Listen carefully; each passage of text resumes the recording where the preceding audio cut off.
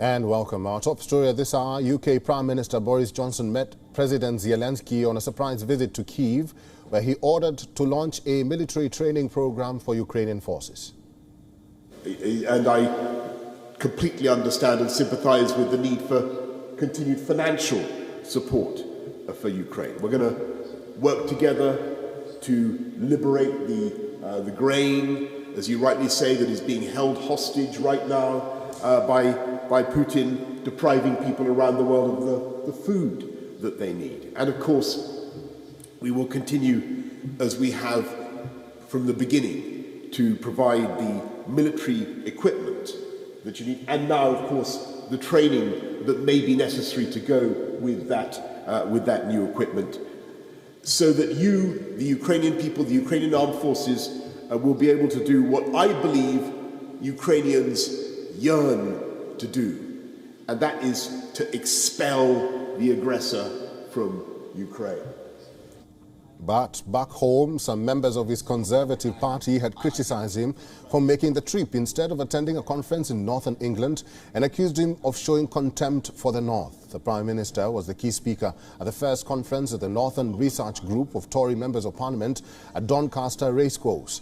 Around 30 members of parliament were in attendance, along with hundreds of Conservative supporters and local business executives, people who provided a chance for Mr. Johnson to win back support after last week's confidence vote. Organisers had expected Johnson to attend, despite overnight reports that he would not be attending the conference. But just 3 hours before he was scheduled to speak, Northern Research Group chairman confirmed that the Prime Minister would not be attending the event. A senior Northern Research Group member said that Prime Minister agreed to come and speak to the biggest assembly of Conservatives in the party.